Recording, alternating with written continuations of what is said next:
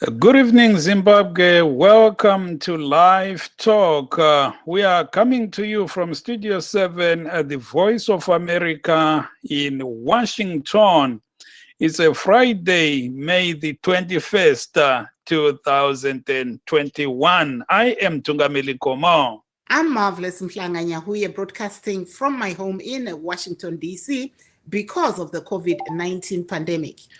Tonight, we are giving you an update, of course, about the coronavirus in Zimbabwe, as well as around the world. The breaking news being a confirmation by Health Minister Constantino Chiwenga that the city of Kwekwe has been placed on a 2-week lockdown starting today after the Indian coronavirus variant was discovered in the Midlands city, and it has so far killed one person and infected more than 11 others. So that's part of our discussion today, and we will also be looking at the Luke Malaba controversy. Many of you will remember that he's no longer a Chief Justice thanks to a ruling by the High Court, which ruling is now being appealed by the government. That's our discussion today. Again, the breaking news being that government, after earlier, refuting the reports about a localized lockdown in Kwekwe, the health minister has now confirmed, Constantino Chiwenga has issued a statement saying, indeed, government has placed Kwekwe on a 2-week localized lockdown, Marv. Let's take a look at what the statement says in terms of what the lockdown means. They are saying that there will be a curfew running from 7 p.m. to 6 a.m. No visitors to all boarding schools and all day schools to observe the strict COVID-19 school protocols in Kwekwe. Opening of business hours will run from 8 a.m. to 5 p.m. All bars, drinking places, beer halls, and bottle stores to be closed. This is in Kwekwe. All gatherings that include weddings, church services, and all other public-private groupings are banned. All funerals must be supervised by health personnel and should not gather more than 30 people. And the travelers through Kwekwe are strongly being advised to spend as little time as possible in Kwekwe during the next 2 weeks. So this is what the statement is saying, Tunga.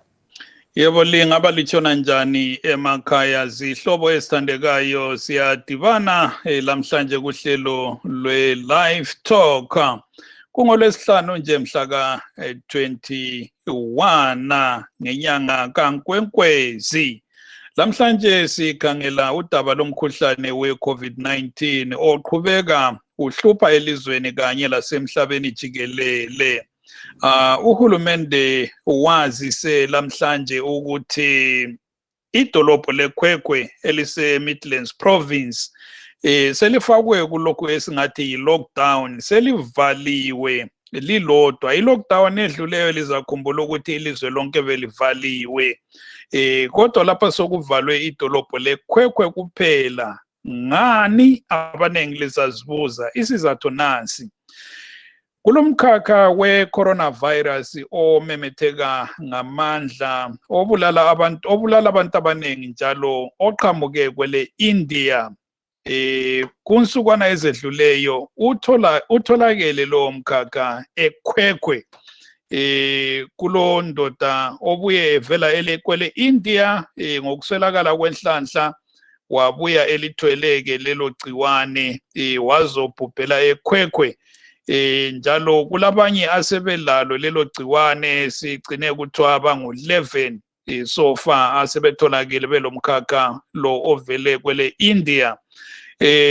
Ngoba lo mkhakha kawujwayelekanga umemetheka kakhulu ubulala abantu kakhulu, uhulumende usevale idolobho leKwekwe ke wathi hayi Ake silivale mbijana okwamaviki amabili ukuze sehlise ukumemetheka kwalomkhuhlane sokufakwe le curfew ababekhona ngesikhathi sempi kumbe ngesikhathi seguground ngiyazi abaningi bayayazi curfew kanti bikhona njalo ku lockdown le edluleyo i-curfew idolobho leli selivalwa ngo-7 p.m. akusela muntu osevunyelwa ukuhamba after 7 p.m. ntambama kuze kuyetshaya u-6 o'clock ekuseni kulapho eliyavulwa khona idolobho kanti-ke kabasavumeli njalo ukuthi abantu bavakatshele abantwana kuma-boarding schools lapha amabhizimusi lawo asevunyelwa ukuvula kuqala ngo-8 o'clock ekuseni kusiyatshaya u-5 p.m.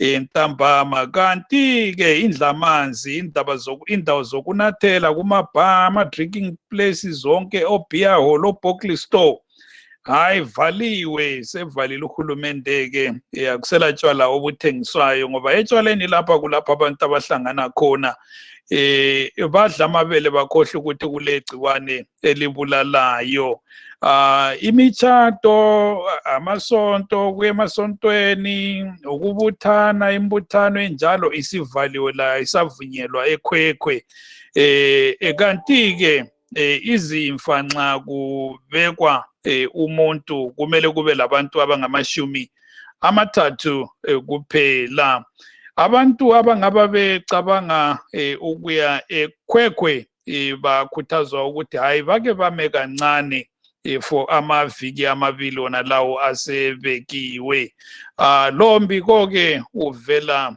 kumphathi ntambo wezempilakahle umnumzana Constantino Chiwenga ilamhlanje imbiko le ibike yaphuma ekuseni iphuma enkundleni ezifana labo Zim Live kodwa iziphathamandla zikahulumende zisuke zathi hayi leyo mbiko ibingasilo qiniso kanti-ke sokuvela manje ukuthi hayi liqiniso ngempela nangu umphathi ntambo wezempilakahle ubaba uChiwenga usezikhulumela mafa kune avo vachangobva kupinda pano pachirongwa chedu chelive talk nhasi mwedzi wechishanu May 21 tinokuchingamidzai nemufaro nhasi tichange tiine gango tichange tiri kutarisa nhau dzatichangobva kutambira dzekuti iro guta rekwekwe richange ravharwa pamusoro pedenda reCOVID-19 tinoona kuti pane zvinyorwa zvaturwa izvo navaConstantino Chiwenga vanova ivo bazi vanova ivo gurukota rezveutano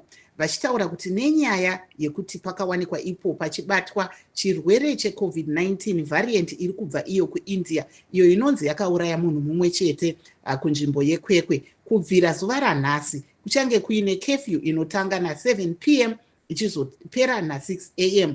vari kuti hapana vanhu vanofanira kushanyira vana vari kuzvikoro maboarding schools uyezve zvimwe zvikorowo zvinofanira kuenderana neCOVID-19 school protocol vari kuti vemabhizimisi vanogona kuvhura mabhizimisi kubvira na8 a.m. kusvika na5 p.m.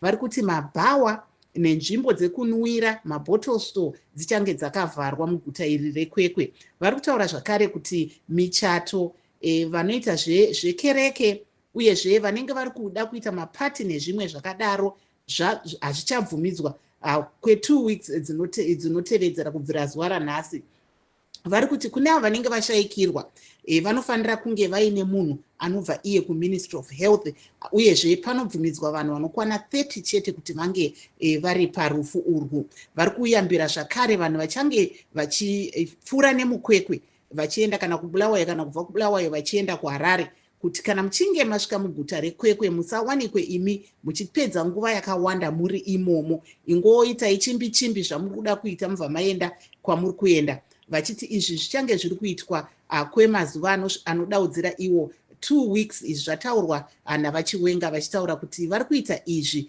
kuitira kuti denda iri re3rd wave riri kubva kuIndia variant iyi risawanikwe richizobata vanhu vemunyika saka ndo nhau dzatichangobva kutambira tisingakanganwe zvakare kuti tiri kutaura zvematongerwo enyika tichitarisa zvatakaona zvichiturwa kubva kudare reHigh Court kuti vaLuke Malaba vanga vari ivo Chief Justice vawanikwe ivo vachienda pamudyandingere saka ndo nyaya imwe yatiri tichitarisa kuti vaMalaba vanga vanzi ivo vaenderere mberi nebasa ravo nemutungamiri wenyika vaEmmerson Mnangagwa vachiti ivo vakange vari kushandisa bill number 2 iro ratakaona richirandudzwa mazuva apfuura iwaya, asi dare reHigh Court rikati kwete, vaMalaba ngavaende pamutyandigere. Saka ndo zvimwe zvatichange tiri kukurukura nevanyarikani vedu vari pano Mtunga. Indeed, we have our panelist, that's Dr. Masimba Mavaza of the ruling ZANU-PF party. We also have Mr. Tawanda Zokora of the MDC Alliance. First of all, let's go to Dr. Mavaza. Dr. Mavaza, 1 person dead in Kwekwe from the Indian variant of the COVID-19. More than 11 people also infected, and now a localized lockdown in Kwekwe. What do you make of that? Yeah, definitely. We had a problem of a lapse in the fight against COVID, where people were just coming in with very little checks on them. And we made a mistake again as a country that when we were told that there is a variant from India, we let a lot of travelers from India back into Zimbabwe without restrictions until we discovered that the variant is now in the country. So yes, we did delay in doing that, and that was very costly to us. But the action taken by the Vice President, who is the Minister of Health, is actually very plausible, because the localized restrictions and lockdown. Am I still clear? Yes, Dr. Mavaza, yes. Your video is no longer rolling, but we can hear you. Proceed. Thank you. The localized lockdowns have been used effectively here in England, where they were locking down as per postcode, as per area, and it does help. It did help a lot, and it was very effective in promoting the economy to move on, and at the same time containing the pandemic. The only problem now, which the minister has not told us how we're going to deal with it, is many buses from Bulawayo, Gweru, they pass through Kwekwe. They always stop in Kwekwe. They can pick people in Kwekwe, because the lockdown in Kwekwe does not stop them from boarding buses. It only stops them, it gives them a curfew. Now, the effectiveness of this now, there must be a plan, a way on how to handle, how to help this. Because what I'm saying here, Mtunga, is that when a bus from Bulawayo with 70 people and pick 5 people in Kwekwe, that means if there is one person with the variant, half of the bus would reach Harare affected. And the problem is you won't even know who has been affected if we take people from Kwekwe. So I'm thinking for the next 2 weeks, they were supposed to literally close Kwekwe down for those 2 weeks and make sure they've contained the variant. Otherwise, this one, yes, does help, but I think there's a lot of things to be done, because it is not enough when the Kwekwe, we don't have a road which goes around Kwekwe. So we go through Kwekwe, drivers have to stop there. There is no rule or law to stop them from refueling in Kwekwe, having business in Kwekwe, talking to people in Kwekwe, buying food in Kwekwe, and all those shops are still open. There's only a curfew. So I think really this is not going to help us much until there's going to be reasons and ways of enforcing such a lockdown. Thank you there, Dr. Mavaza. And if you may sign out and try to sign back in so that we can see you. Otherwise, we can only hear your voice, but the video is no longer rolling. Thank you. I will sign out. Thank you. Babu Dr. Masimba Mavaza, oyebandla le ZANU-PF le mzwile lapho ekhuluma ngokuthi yebo kuhle ukuthi iKwekwe isivaliwe, kodwa uthi hayi kudingakala ukuthi kuthathwe amanyathelo edlula lawo ukuze umkhuhlane lo ungamemetheki kakhulu ikakhulu umkhakha lo we-India osutholakele khonale eKwekwe. And now let's go on to Mr. Tawanda Zokora of the MDC Alliance. Zokora tinokugamuchirai muchirongo. Tinotenda nekutunza pachirongwa makadi mese makadi mhuri yeZimbabwe yakateerera. Tinotenda zvikuru. What do you make of this localized lockdown in Kwekwe? I just want to applaud Dr. Mavaza for the first time coming here and acknowledging that the government went to sleep, and there's nothing new about that. This government always goes to sleep when it matters most. And now we are having this pandemic on our face. It's something that could have been prevented if, according to what Dr. Mavaza said, if the government had not gone to sleep, if they were doing what all the other governments have been trying to do to make sure that the pandemic doesn't get worse, we wouldn't be where we are today. If you talk about going to sleep, you see it when you look at the numbers when it comes to the vaccinations in Zimbabwe. We have the lowest number of vaccinations throughout the world. Only 1.7% Zimbabweans have been vaccinated. And we have been given vaccinations for free by China, by UK, by America, by the World Health Organization. What is stopping the people from being vaccinated? What is stopping the government from stepping up and making sure that Zimbabweans are vaccinated? People are dying, and more people are going to die if this government continues to go the way it is going. But I'm glad that Dr. Mavaza agrees with all Zimbabweans that the government has not done enough, and it's not doing enough. He has never done enough ever since this pandemic started. Thank you there, Mr. Zokora, and please do stay on the line. We are khuluma lapho ubaba uZokora mavela suthi hayi la uvumelana lo baba Mavaza ukuthi ukuvalwa kwedolobho leKwekwe lokhu akwanelanga, kumele kuthathwe amanyathelo edlula lawo. Usola njalo uhlelo lokuhlatshwa kwabantu ijekiseni ye-COVID-19. Uthi abantu asebehlatshiwe bangaba yi-1% kuphela. So far we have about slightly over 600,000 abantu asebehlatshwe ijekiseni ye-COVID-19. Kodwa uhulumende uthi ufuna ukuthi kusiyaphela umnyaka kube sokuhlatshwe abantu abangu-10 million. Kodwa given ipace uhulumende ahlaba ngayo abantu, samase ngokuthi kungathatha 5 years ukuthi sihlabe abantu abangu-10 million. Mavi.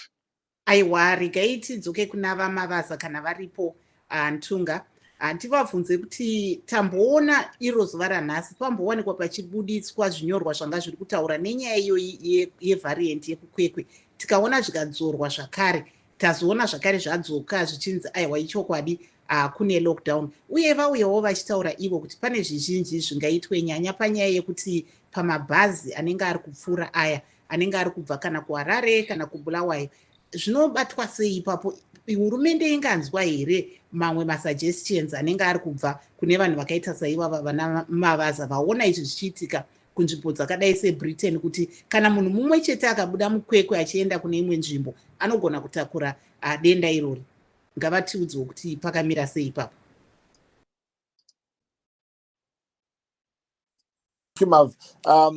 Ndisati ndati pindurei mubvunzo wamabvunza ndichaubata hangu zvishoma shoma. Ndada kuti ndingotaura kuti Mambo Sosve havana kunzwisisa kana kuti kunzwa kwavo kunokosha kana kuti kunorema. Mambo Sosve vaDzokora ndatsanangura ndikati isusu chavasiri kunzwisisa chavanyebera vanhu zvidzo reZimbabwe ndechekuti Zimbabwe haina kupiwa mushonga wekurapa mahara. Takangopiwa 200,000 doses, imwe yese takabhadhara, hakuna wemahara watakapiwa. India haina kutipa mushonga wemahara, yakangotipa nzwise tikazobhadhara mimwe mishonga. Saka kwese kunobva mishonga hatina kwatakapiwa mahara. Chatakapiwa ne-United Nations, World Health Organization, yaiva mari yakashandiswa pakatanga chirwere, yaishandiswa kukwarantaina vanhu vasingabhadhari. But iko zvino izvi nyika dzese pasi rese dzakuti munhu anokwarantaina. Kuno kuEngland you pay for your own quarantine. Kana kuZimbabwe vakuti kana ukauyawo for the 10 days you pay for your own quarantine. But zvisinei hazvo, rega ndipindure ndibaye mwongo wemubvunzo wenyu Tete Mavi. Chekutanga ndechekuti zviro kwazvo tinoda kuti nzwisise kuti hurumende yeZimbabwe ihurumende yakaisvonaka zvikurusa, ihurumende inoteerera. Saka vanhu vakaisa masuggestions avo, iko zvinezvi kuti ndingokutaurirai, ndatoisa suggestion yangu ndikanyora inonzi report inoenda kune mukuru kana kune mutu gurukota rezveutano the vice president wedu, kuti ishe ongororaiwo kuti dai ikwekwe ungava utsinye hawo asi chinenge ruri rubatsiro, ingodzvinyai mabhatani kuti vanhu vanenge vari mukwekwe vasabvumirwe kungombeya nenyika vachingobuda mukwekwe. Ngavangomira masvondo mairi ivayo, tione kuti chirwere ichi chapera here mukwekwe, hachina kupararira nenyika. Nekuti masoko avangotaura anongotaura kuti kuchava necurfew, kwava nepartial lockdown mukwekwe, yatingati localized lockdown. Asi sezvanambotaura pekutanga paya sisi Tete Mavi, ndeyekuti tine zvinengamupinyi zvakawanda zvisina kutariswa zvinokonzera kuti mabhazi netumotikari tuduku vanofamba vachimira mukwekwe, vachitenga chikafu, vachipa vanhu malift kubva mukwekwe. Saka zvese zvinoda kuongororwa. Mapurisa onyatsorambidza vanhu kutakura vanhu kubva mukwekwe. Toziva kuti chirwere chapinda mukwekwe chagadziriswa, chasvitswa papi, chikuramba chichikwira here, kana kuti hachisi kukwira in the coming 14 days. Kana chisina kukwira in 14 days, panenge pane possibility yekuti hachisi kukwira. Now chepiri, ndati timbonzwisisa kuti dambudziko ratinaro vazhinji vedu, kunyanya avo vanenge vari mumapato anopikisa, miromo yavo nendimi dzavo dzakangoteya kushoropodza, asi chavagona hapana. Dambudziko reCovid harisi repolitics. Hurumende haina kurara, yakangononoka kuongorora kuti chirwere ichi chiri kubva kuIndia chinofanira kumiswa apa neapo. Kana haisi Zimbabwe yoga, muno muEngland vanhu vanobva kuIndia vanga vasiri pared kusvika last week.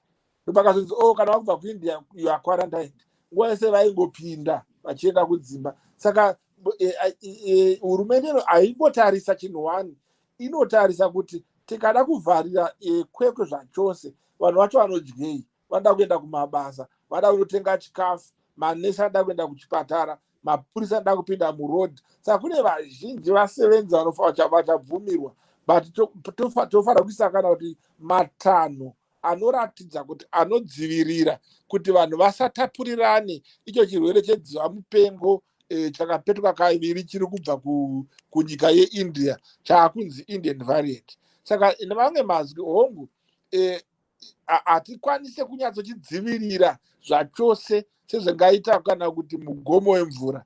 Paneonekwa maburi pano nepapo munyika pasi rese, maburi ari kuwanikwa iwayo. Chekutanga ndechekuti chirwere chiri kubva kuIndia ichi havasati vachidzidza zvakawanda. Saka tikutongoexperimenta kuti chakafanana here nechekutanga, chakasiyana papi, togadzirisa papi. Saka haisi nyaya yekuti shuwa tingamisa tsinga dzemugotsi nekushoropodza hurumende iri kuita basa rakaisvonaka kudai. I think tinofanira kunzwisisa kuti shuwa dai pasina kuti Mwari vakatipa ZANU-PF muZimbabwe, dai tanga tiri kutambura zvisingaiti. Thank you there, Vamavaza. I don't think Mr. Zokora will agree with that though, but we'll go to him in a bit. Ulimzwile lapho ubaba uMavaza uthi hayi ekavumelani lo Zokora OMDC Alliance othi uhulumende ulele ubuthongo uthi hayi uhulumende wenza konke akwenelisayo ukwenqabela ukumemetheka kwalomkhuhlane. Mav, we also have Mr. Honorable Peter Moyo, a member of parliament for South Atone. Babu Moyo, siyakwamukela kuhlelo. Yebo mnumzana, hayi ngikhona, sibinile njani? Hayi siyaphila, singabuza wena.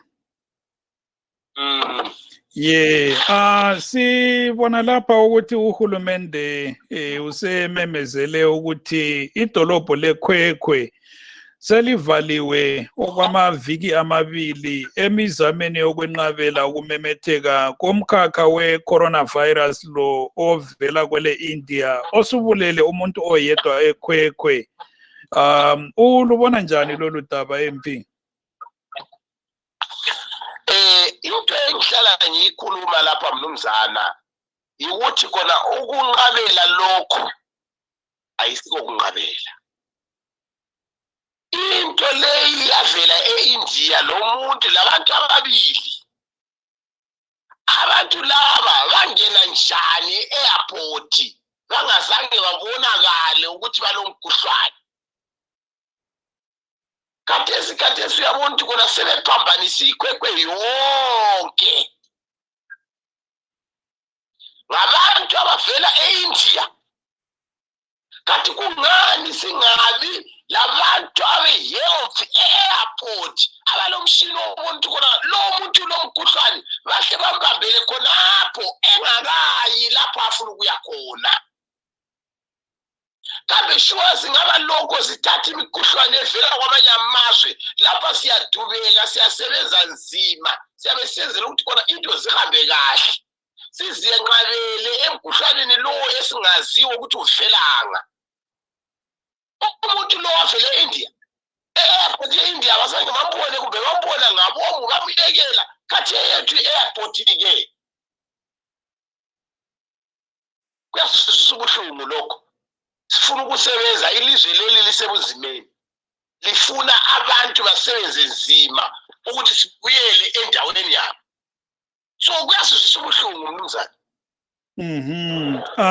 Kodwa ukuvalwa kwedolobho leli lilodwa ungathi kwanele yini? Kumele kwenziweni ngokubona kwakho? Kuvalwe lonke ilizwe? Akusebenzi ukucabanga ukuthi khona njengoba umkhuhlane utholakele eKwekwe. Kanti abantu abaphume eKwekwe bangaki. So into engiyibonayo lapha kabahle bahlole umuntu wonke sibili. Bathatha inyathelo elinzima ukunqabela lo mkhuhlane. Umuntu wonke kufuze kube very strict. Lami nahlala eHarare ngisiya koBulawayo. Kufuze ngithi lapho engiyakhona koBulawayo nxa siye ehoteleni eHoliday Inn bangihlole. Ayisikho esolution lokho abakwenzileyo. Ngoba lo muntu asazi ukuthi khona aze ayofika eKwekwe uvelanga. Unika abantu abangaki umkhuhlane lo. So sizaphela lapha nxa uNkulunkulu engazange angenele. Ngoba into esiyenzayo ebuthutha. Yebo qhubeka MP.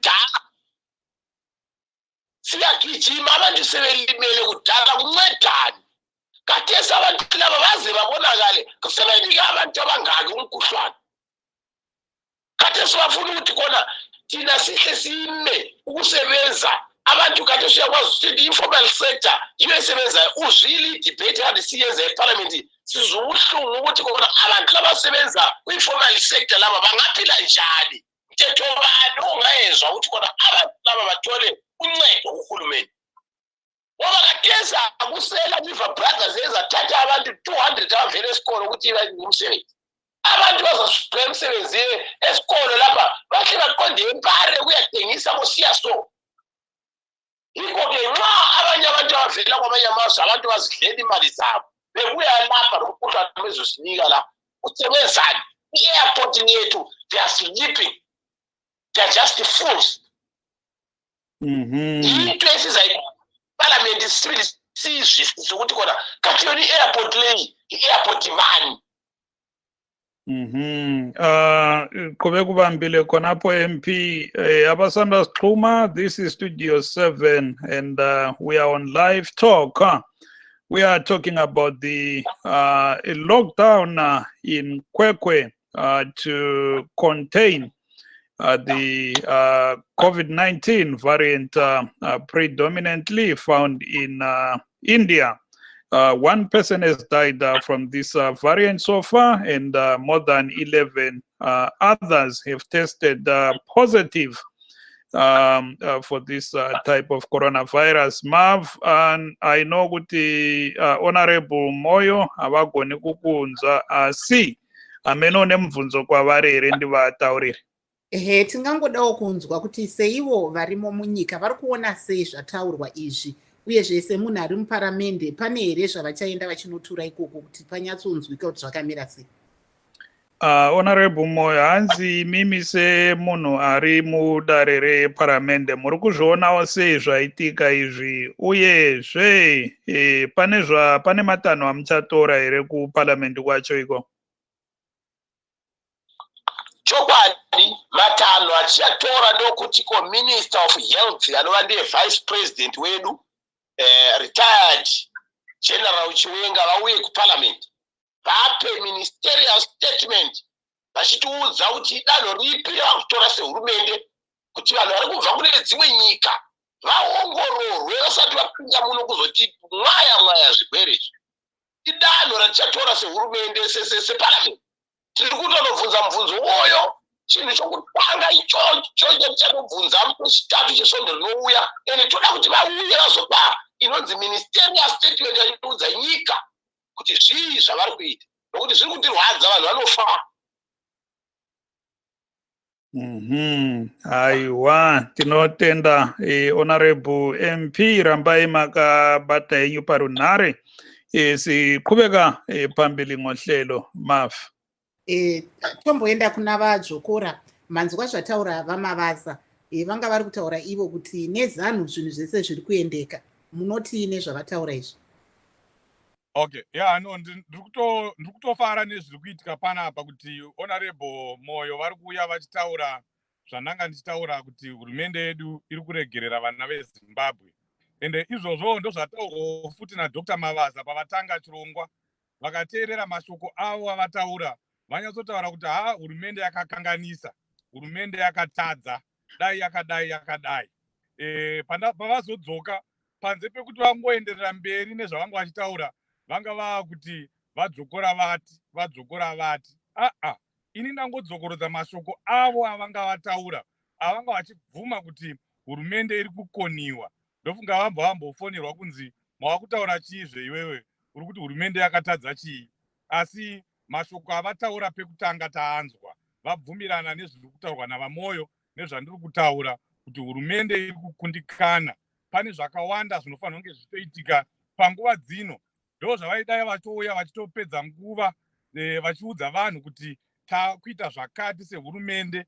Kana pabatwa munhu mumwe chete chaiye kunzi ane COVID, panofanira kuitwa iya inonzi contact tracing, kuti vaone kuti munhu iyeye paakabva paHarare International Airport akataura nani, akaenda into contact nani. Vanhu vese ivava vanofanira kunge vakuteererwa kudzimba kwavo nekwese kwavari, vachionekwa kunzi ivo vacho vakanotaura nani, vakaita sei.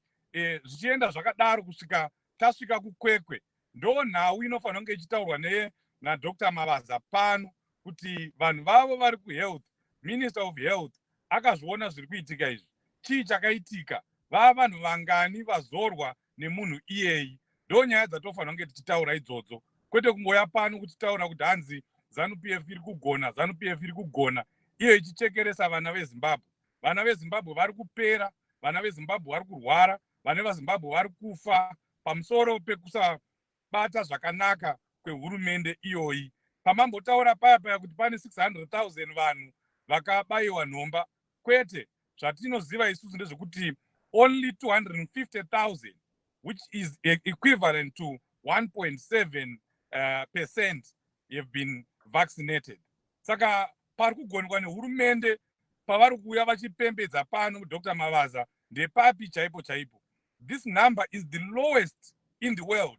Chero nyika dzimwe diki diki dzese idzo dzakatovaccinata vanhu vakawanda kupfuura vari kuitwa vana veZimbabwe. Ende ini hatambobvera tataura kuti takapiwa chinhu neIndia. Ndo vanga vakutongozvitaura zvavo. Isi toziva kuti World Health Organization iri kubatsira zvikurusa muZimbabwe, iri kupa mavaccinations, iri kupa mari. USAID iri kuita zvimwe chete izvozvo. Shamwari yavo iyo yekuChina iyo yakavapawo zvakare. Sei zvinhu zvisiri kufamba sematarisiro avaiita, sekutaura kwavakaita kuti by this time vaifanira kunge vaccinate so many millions. Those are issues that we should be discussing. Those are issues that Dr. Mavaza should come here telling Zimbabweans, not to come here and point fingers at the opposition or anyone. And now, before we talk politics, because here we love politics, I think, Mr. Zokora, you know, you are talking about people who have been fully vaccinated. Vakabaiwa number 2, because you have to get 2 vaccines. That's 252,100. When I said 600,000, I meant people who have been vaccinated in general. This includes those who have been vaccinated once and those who have fully been vaccinated, just to clarify that. Yeah, you are right. You are right.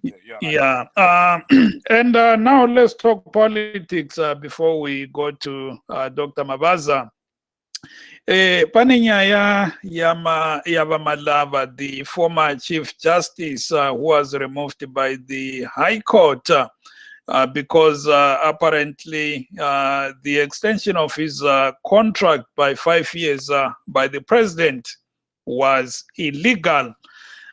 We saw Minister Ziambi coming out strongly lashing, and you know, he was criticized for his language, and there are lawyers who want him to be arrested for contempt of court. But again, we saw the president and the Justice Ministry issuing their own statements saying, you know, literally throwing Ziambi under the bus, saying the government respects the courts, and everyone has to respect court judgments. Now the lawyers for the petitioners are now you know, demanding documents from the Judicial Service Commission about the details, everything that transpired leading to President Mnangagwa extending Luke Malava's term by 5 years. Where do you think we are headed here? We are headed towards the retaining of people's power. Hurumende yakuratidzwa kuti vanhu vane simba revanhu vakutanga kuruona. Takauya pano tikataura nenyaya yehurumende iri kumbunyikidza vanhu kuti vabvume Constitutional Amendment Bill number 2 ivo vasiri kuida. Zvido zvevanhu zvakadzvanyirirwa. Apa takaonawo zvakare vaMnangagwa vachityora mutemo zviri pachena chena. Mutemo weZimbabwe unotaura kuti vaMalava vanga vasingabvumirwe neconstitution nebumbiro remutemo weZimbabwe kuti vaite more than 15 years vachiseva. Asi ivo vakangoti inini ndini Mnangagwa, ndinototaura chete, kana ndataura zvinotoitika. Vakaenda mberi vachitaura vachitora vaMalava kuti vapiwe mamwe makore 5, asi vana veZimbabwe vakati kwete. Ivo majudges vakati kwete. Ndikati ndo rinonzi simba revanhu iri. Zvicharamba zvakadaro, ngazvirambe zvakadaro. This is what we saw in Malawi. That was a very good precedent that we saw in Malawi that is also coming to Zimbabwe. Those winds of justice that we saw happening in Malawi are also happening in Zimbabwe. And I think in a way, this is the leadership that the people of Zimbabwe were looking for. People were saying Zimbabweans need leaders. President Chamisa stood up and talked about citizens converging for change. Zimbabweans coming together, Zimbabweans should come together and defend their freedom and fight for their freedom. And convergence doesn't only mean MDC people. Convergence means every Zimbabwean, every citizen. Judges are citizens. Judges are Zimbabweans. They are seeing a government that has a neck of undermining judiciary. And they are saying no to that. And that's exactly what we want to see. That's the direction every Zimbabwean should take. All those states, all those organizations, all those institutions that are being captured by ZANU-PF should now wake up and stand up and say no to things that are not right, no to things that are unconstitutional, no to things that undermine our constitution, and no to things that undermine the people of Zimbabwe. So I want to salute the judges led by Judge Zhou and the two other judges for standing with the people of Zimbabwe and for standing with the constitution of Zimbabwe. And that's what we want to see going forward. And I can tell you, this is only the beginning. People are going to converge against the government where it's doing wrong, like what they did. They are going to converge to when they go to register to vote. They are going to converge when they go and vote. And they are also going to converge when they defend their vote. Van Simba, people power. Siyabonga mnumzana Dzokora qhubeka ubambile.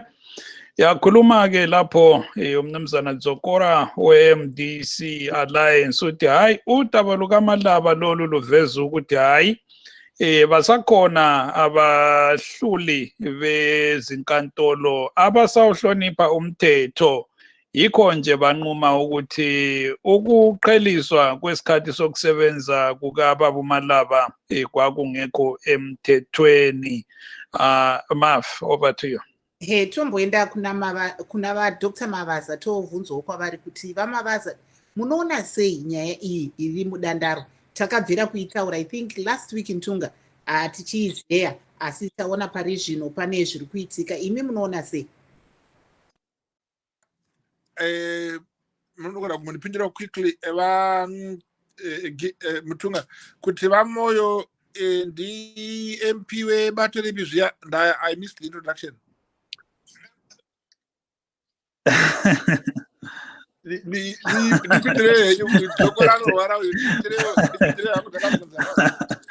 Okay, va Peter Moendebe MDC, but kuti ndeipi yacho because akawanda I won't go into. Don't worry, iri confused. Right, nditange ndapindura ndichiti chekutanga panyaya iri kuitika iyi yavaMalaba iyi handikwanise kutaura zvakawanda nekuti pari nani nepasiri ndepapi nekuti nyaya iri pamberi pedare. But chandinoda kuti ndingotsanangura chandinobvumirwa nemutemo wekutsanangura inyaya yavaZiyambi. VaZiyambi saMinister of Justice. Ndaida kuti ndikukorektei Wangomo. VaZiyambi havana kukanduka pasi pemuchovha. Zvavakataura kana mukatarisa statement yavo kubva pekutanga kusvika pekupedzisira, VaZiyambi vakatanga vataura kuti vanorespecta the court, vanorespecta the rule of law, and vanorespecta judgment yecourt, asi vanopikisana nayo. Saka dzimweni dzenguva tinogona kunge tisingawirirane pajudgment yedu, hazvirevi kuti ndashora. Uyezve vatongi ava vanozvinzwisisa kuti kana paita nyaya mudare mukatonga kune mumwe asingafarire iyo judgment. Kana achinge ataura kuti handisi kuifarira haasi kushora vatongi.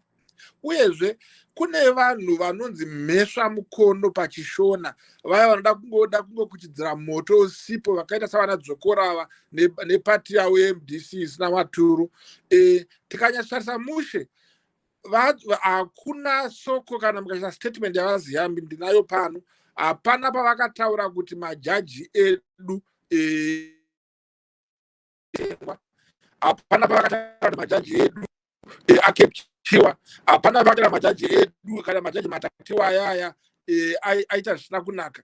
Asi akataura kuti judicial system yedu looks like it's captured. Haana kuti over this case. And akati kune vavengi vari kufara nekupemberera vari kuda kuuraya nyika vachinyebera vari kuita constitutionalism. Akati vavengi vavo ndo vatiri kuda kutokonya maziso. Haana kuti ari kuenda kunobvisa maziso netsono mumugwagwa, asi aingotaura inonzi pachirungu figurative speech yayo yekungotaura kuti ndinotaura kusvika kwanaya, hazvirodi kuchanaya. Ndo matauriro edu chivanhu chakapfuma. Our language is rich with innuendos and expressions. Asi zvino matauriro edu aya akazonzwikwa nemadofo eMDC vanobva kungopindira ipapo Dr. Mavaza, but vaZiambi havana kutaura nechivanhu, vakataura nerurimi rwaKwini chaiyo, vakataura nechirungu. Manje chirungu ndo chinonyatsori ne-rich language kupfura yedu, nekuti havana kudoma munhu nezita. Munhu akadomwa nezita pastatement yavaZiambi ndavazhou. Kunzi kovazhou varambireiko kuti havadi kusiya kutonga nyaya iyi, ivo vanzi vane zvipande zvavo, vadi kuisokunda pasaidi, mamwe majaji apindewo, nekuti vanhu vari kuti vazhou garai pasi. Zhou akaramba kugara pasi, akadaira nyaya akaitonga, akava iye chairman wacho, akava iye anopa judgment izvo tichazotaura nezvazvo mumwe musi. Asi vaZiambi pavakataura vachisoropodza judgment iyi, nyaya yanga yatopfuura maoko edare. Saka pamutemo haisi contempt, havana kushora dare, vakashora mutongo wedare. Pane mutsauko kushora dare nekushora mutongo wedare. VaZiambi havana kushora dare. He was not in contempt of court. He was in contempt of the state enemies. And the judiciary is state enemy. Judiciary is an arm of the government. So judiciary is part of the government. Saka judiciary haina kushorwa, haina kusoropodzwa. Uyezve hurumende mutungamiriri wenyika yedu yeZimbabwe, watinoti our listening president, vakasimbidzira mashoko avaZiambi vakati no, isusu tinoremekedza zvataurwa nevatongi mumatare, kunyange tikapokana nemeaning yezvavataura, asi zvavachada tinozviremekedza. Kuremekedza does not mean agree. Zvino chepiri zvaakuitika iko zvinezvi vangomo, ichokwadi kuti vakumbira kuti vada kuona zvakaitika kubva pakachinjwa mutemo kusvika pakazosarudzwa waMalaba. Chandati muzive ndechekuti yes, disclosure inokumbirwa nemagweta. Zvinoitika izvi hazvina zvazvinonyanya kureva, kuda kungoona kuti zvakafamba mushere. Chepiri, parasika sawira vangu, sekuru vangu, vasvosve, ndipo pekuti ipo ningirikini hurumende iri kuratidzwa sure kwebhutsu nevanhu vachinzi vanga matyora mutemo. Aiwa, ndo zvinoitika inonzi democracy. Democracy hatibvumirane tese. Kune vanopikisa, kune vanobvuma, kune vanokundwa, kune vanokunda. In this situation, hurumende haina kuchinja mutemo. Mutemo wakachinjwa navana moya muparliament. Ndo vakatovhota, vakavhota pakaita inonzi democratic voting muparliament, tikawina more than 3/3, ikaenda kunonzi kusenate. Uye zvindati munzwikise chinhu ichi, munyaya yekuchinjwa kwemutemo kana nekuchinjwa kwemakore ekuzvarwa anoratidzirwa kuva chief justice anga ari 70 aya, 40, haina kutanga gore rino, yakatanga 2017 ikaenderera mberi ikakurukurwa, vanhu vakataura. Apa pakungoitawo benzi ranhungapito ramhanya richipururudza, vakafunga kuti vagona. Chatoti chinzwise ndechekuti zvakataurwa nevatongi vatatu vaya hausi mutemo, hazvina zvazvinonyanya kureva kusvika zvakonfemewa kana zvatsinhirwa, zvaiswa chidhindo neconstitutional court yakasarudzwa nezuro nemutungamiriri wenyika. Saka zviri kuitika muZimbabwe chinofanira kutofara kuti what is happening in Zimbabwe zvinoratidza kuti we are democratic. Otherwise dai takangoti zvamatara ndezvenyu tikuendera mberi zvatataura, asi hatina kudaro. hurumende yakauya yakati we agree, we respect what the judges have said, but we don't agree with them, we will appeal. Then they have appealed. Saka dambudziko riripo nderekuti kune zvinonga boots kana zvinonga shangu zviri mumapata anopikisa, vanongofunga kuti kana hurumende ikangokundwa mbichana mudare yatoparara, hurumende yatopera, munhu ngadzingwe basa. Aiwa, the purpose of democratic rule ndeyekuti unombokundwawo, kana wakundwa obvuma kuti ndozvazviri kuita izvi, then zvoendera mberi zvichidaro. Then chepira ndisati ndazorora, vamoyo vambotaura, ndangoti ndikandipapindure nekuti ndikasapapindura panenge pasina kumira mushe. Vamoyo vataura zvakanaka, asi vanga vakarasika inonzi focus. Hurumende haina kurara nezamu mukanwa, vanhu vachipinda vanotestwa. Dzimwe dzenguva testing inogona kuva erroneous, asi munhu akapinda ane certificate rake rekuti akatestwa, haachatestwa kechipiri, and tangati site quarantine yakatanga nezuro. Saka zviri pachena kuti munhu akauya necertificate rake, whether ranga riri fake kana kuti kwete, abva naro kuIndia, akabva avaratidza akapinda, akaenda kukwekwe, akanozadza, akanozora vanhu. Saka zvatiri kureva ndezvekuti hurumende iri kubhalanza kuti tovhara kwekwe yese kana kuti nyika yese here, then vanhu vofa nenzara here, kana kuti tovhara nzvimbo nenzvimbo kuchirapika zvinhu zvichifamba, vanhu vachidya, ikonomi ichiimprovika. Nekuti magore apfuura iri igore ranga rakashata, gore rerima, nyika yakaparara, ikonomi yedu yakaparadzwa, mostly because of these lockdowns. Saka hatingangomhanya semidzimu kana semweya yetsvina kungonovhara nyika yese nekuda kwemunhu abva kuIndia mumwe chete. Saka zviri kuitika apa ndezvekuti hurumende iri kupa mukamu wekuti mboona kuti chii chaitika mukwekwe ichaenderera mberi here. Chepiri chavanga vakarasika vamoyo, ndatoshamisika kuti vanogorasika sei vari nhengo yemuparamendi. Muchidimbu vamoyo pavakarasika nadzokora pavarasika vari vairi, hazvingashamise vese ndeve-MDC. Ndipekuti pakangobatwa Indian variant kukwekwe, vanhu vese vakaonana nemukuru akafa, akashaya, akavigwa muswesondoyo, vakaterwa.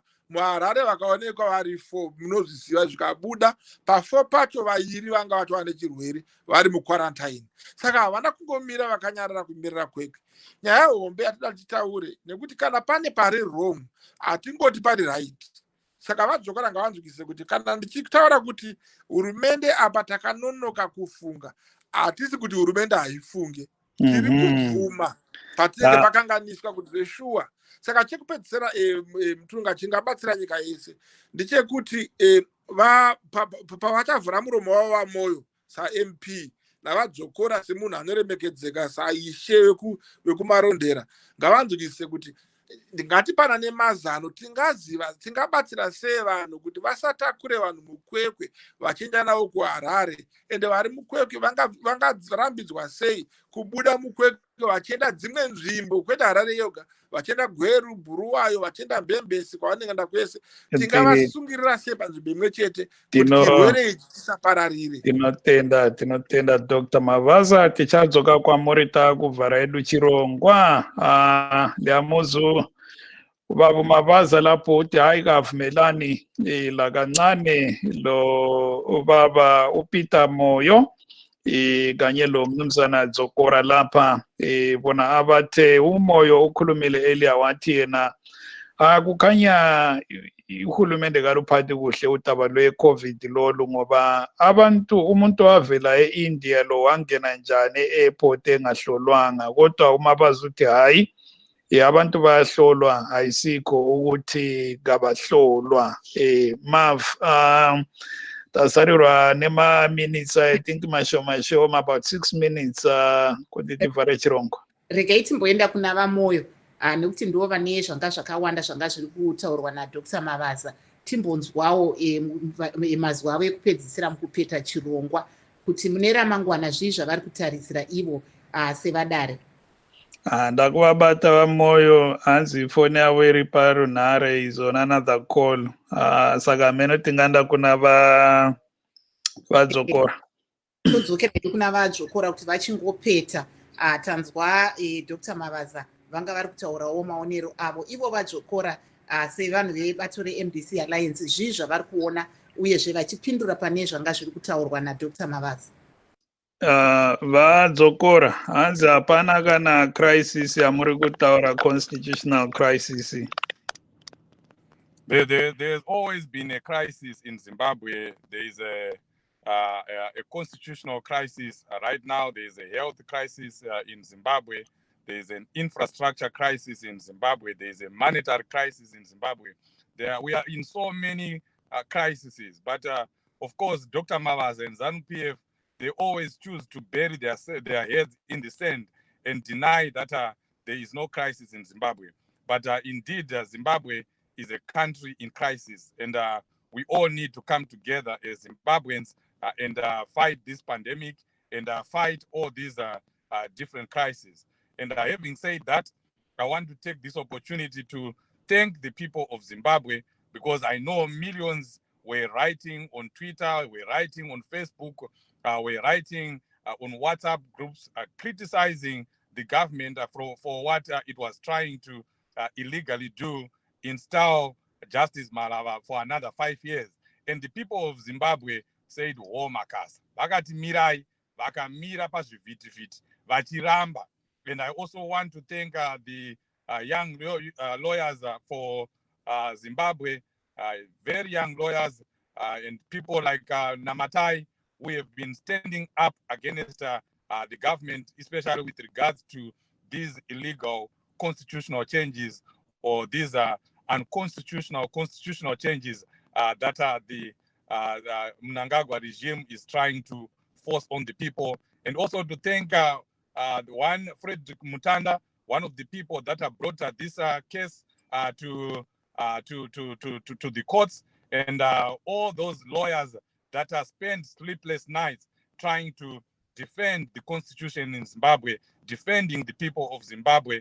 And I want to say, at the end of the day, all their work and everything that they did was not in vain, because a people's victory was achieved.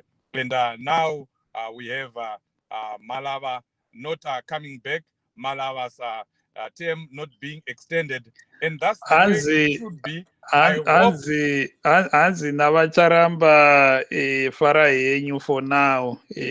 Malava achadzoka chete. Vanenge vatiratidza kuti ihurumende isingateerere.